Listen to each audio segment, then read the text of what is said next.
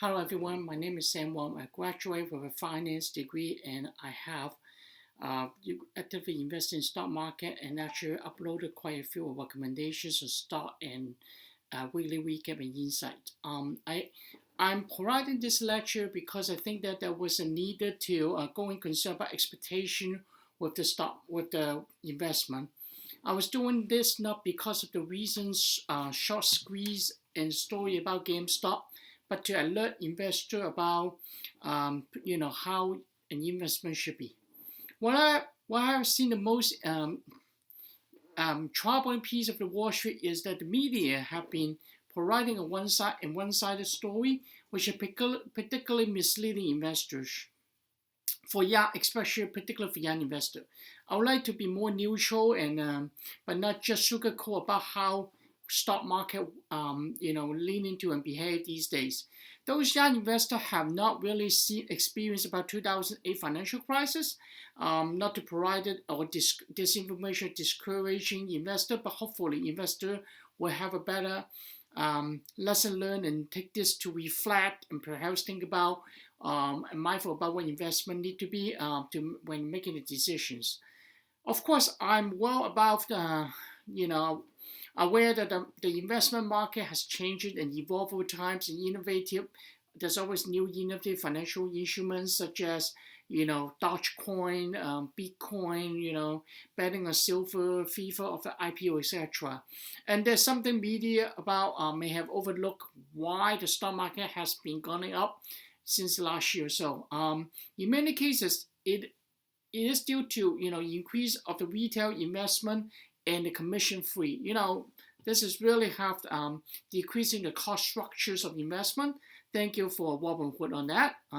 So anyway, in old days, Wall Street has always ignored these investors, retail investors. However, these investors have gaining more and more control and really, kind of from the investment fund manager perspective, it kind of disrupted the pattern and the trade behaviors.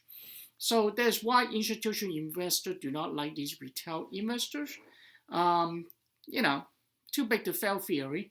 So despite this is true, there's still some fundamental that I agree with in finance and investment. Number one, higher the risk, higher the return.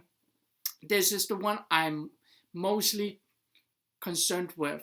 Since last year, the pandemic, and probably around June, when the retail investors start to really being active, the market, doesn't matter, which one you're looking at, which index, you really have been upside, right?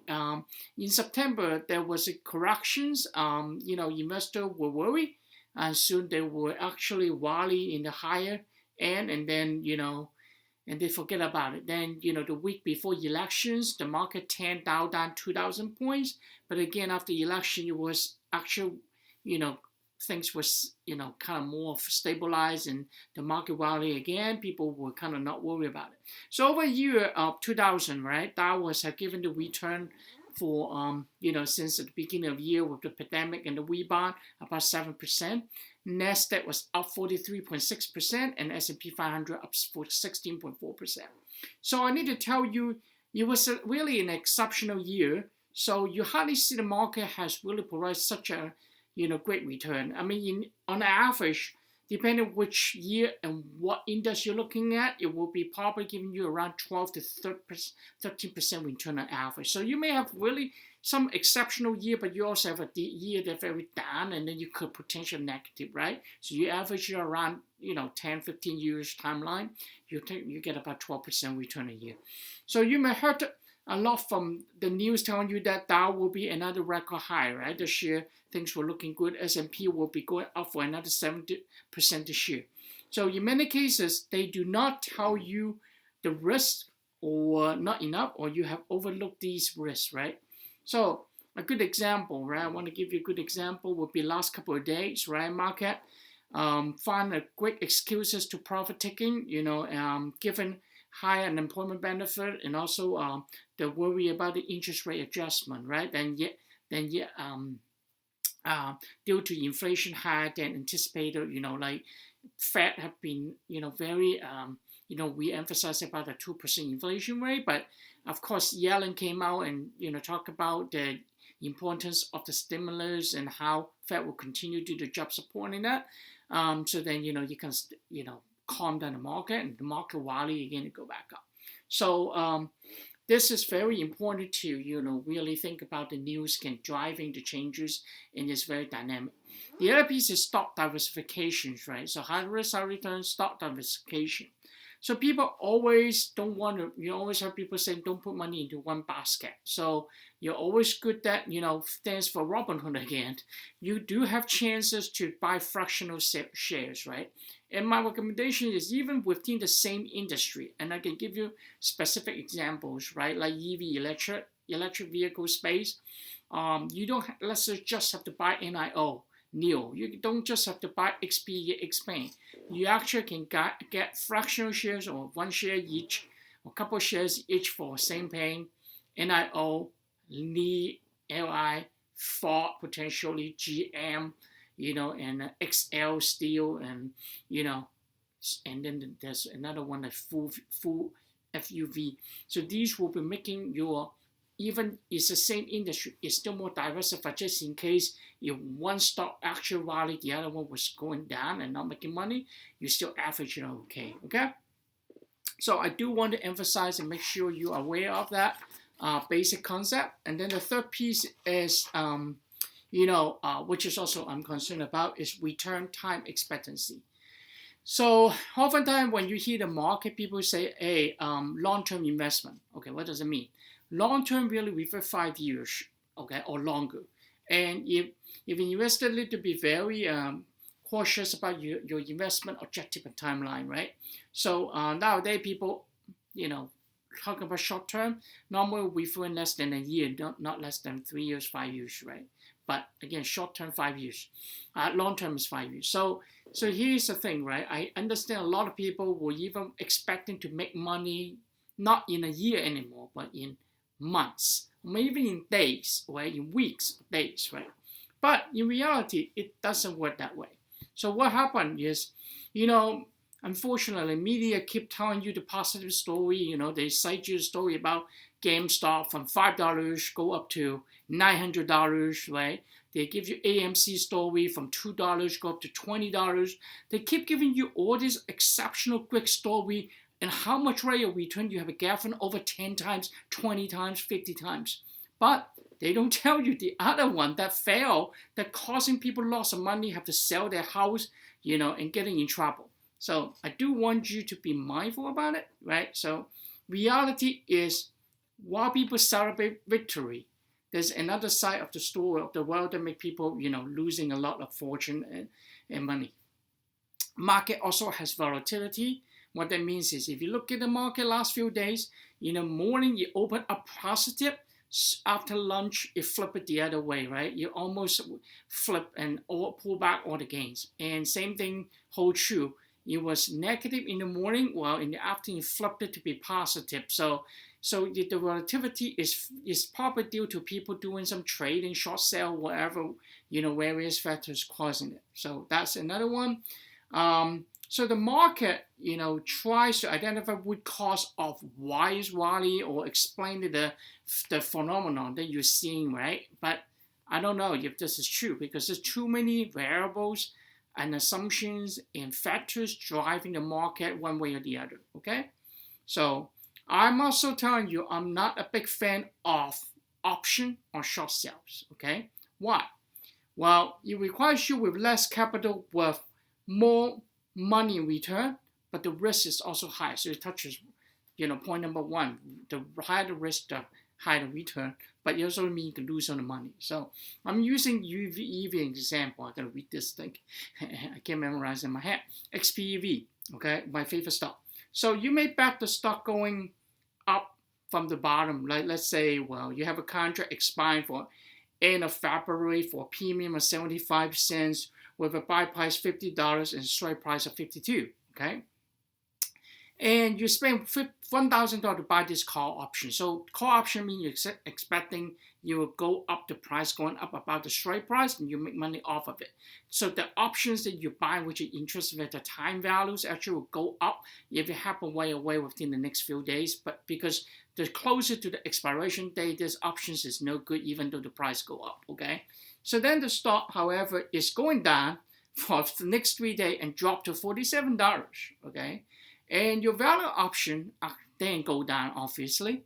Oh, after that, even though the value rebound and reach higher than $55 at the last week of February, which is, again, your contract expired at the end of the week, your option will not worth much at all, okay?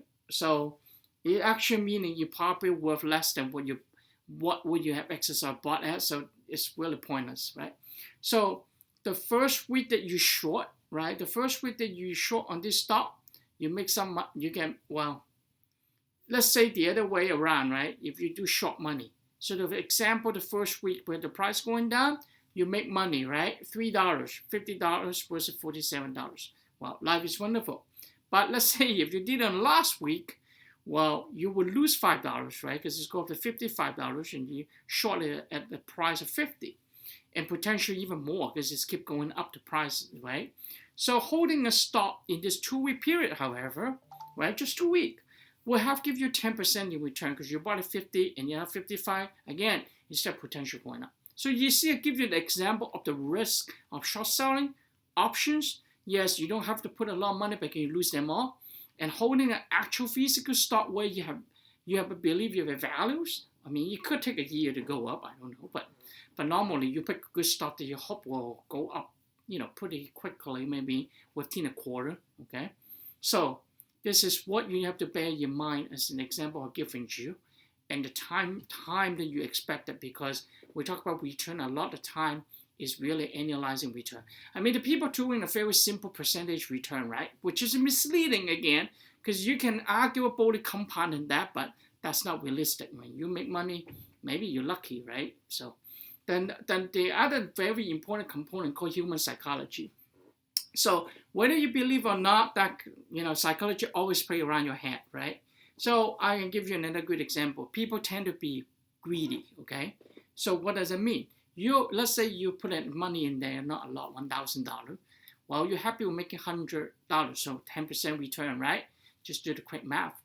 But when your investment hit 1,100, okay, and very quickly, let's say 1 week, you may actually don't want to sell because you believe the stock will go higher. You make a good choice, the stock will go high. Many people will really have that delusion and not doing it, right? So what's the lesson learned? You have to be disciplined because you set up a plan. You say, I'm happy with, this is what I want to make money. I pick a stock. Well, you hit the level of where you want. So you should sell the stock, right? And then you say, well, with the extra money now, I can invest something else or pocketing this as a realized gain. So if you don't, the market flip the other way. You will actually now, you may not make money but lose money, right? So investor also have seen the market value. So therefore, we have expected buying stock and giving away return, right? So people want to be quick. They want to have a fast money. But in reality, it doesn't work that way, right? It's just because of the mentality, right? That what you have in your brain. But so some people, because they believe that, they will go borrow a margin, right? And you heard the story about the Robin Hood, the guy. I'm not going into any more details of that. But that is very, very important, especially for young investors. You always want to invest what you can afford to lose. That is what you have in mind.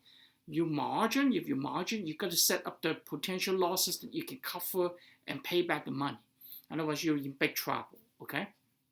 So in my mind, this is not, I try not to margin, okay? So this is not healthy. So picking a good stock doesn't mean you'll give you a return right away. So you're not buying today, tomorrow you go up and you make money right away. No, it doesn't work that way. It may take months, right? That's why we're talking about analyzing return in a year timeline. You pick a stock. You may actually, because of macroeconomic factors, you may have a bad news, right? And they drive the stock to go down. But because they say don't try to time the market, right? But I don't agree with that. Actually, I think you should time the market. And then you will go up, but you will be within a reasonable timeline, okay? So investors need to be more patient, need to have patience, and discipline. Okay, I hope you find this video useful to you. At the end of the day, human beings, just need to be making rational decisions, right? I mean, not just full emotions. And doing the due diligence is also part of your homework. So I will tell you one: do you ever have this? You buy a stock. Somebody asks you, what stock you buy? You say, oh, I think the symbol this and this. What's the name of the stock? Oh, I don't really know. Okay, what does the company do? Even you can name the company. Let's say Walmart. Just make you say, what does Walmart do? I don't know. Then why you buy the stock? Or you say, so and so tell me to do so, right? So this is not good, because if you are going to buy something, well, if the person is credible, maybe it's good. So some people follow Warren Buffett, whatever he does. So recently he bought Horizon and I forget the other stock, but so then people follow and the stock did go up today because of volume purchasing. Well, or he sold Apple, then you see Apple actually take a dip, right? So you can follow these type of people or buy his fund, right? But just remember, do not follow blindly, because this is very dangerous for retail investors and young investors, okay? So again, people, I hope you enjoy the great ride so far. The market have been really incredible, especially in the month of February. I did good a slide, 4 slides. I did the analysis trying to do February, March movement of Dow Jones Industrial Average and Nasdaq and S&P 500. The conclusion, they all go with the same direction. And you're really interested in the 2017 and 19 February, March actually were up. In Dow Jones, you were giving 4% return and 7% return in the odd year. In the even year 2018 and 2020, but the last year pandemic, actually it was pretty bad. Dow Jones, as you know, was actually down quite a bit, like 13%, in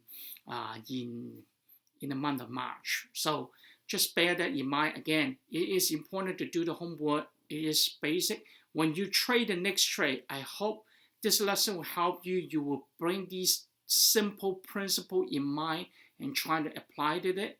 And I hope you're grateful for this lesson I've given you. Thank you very much.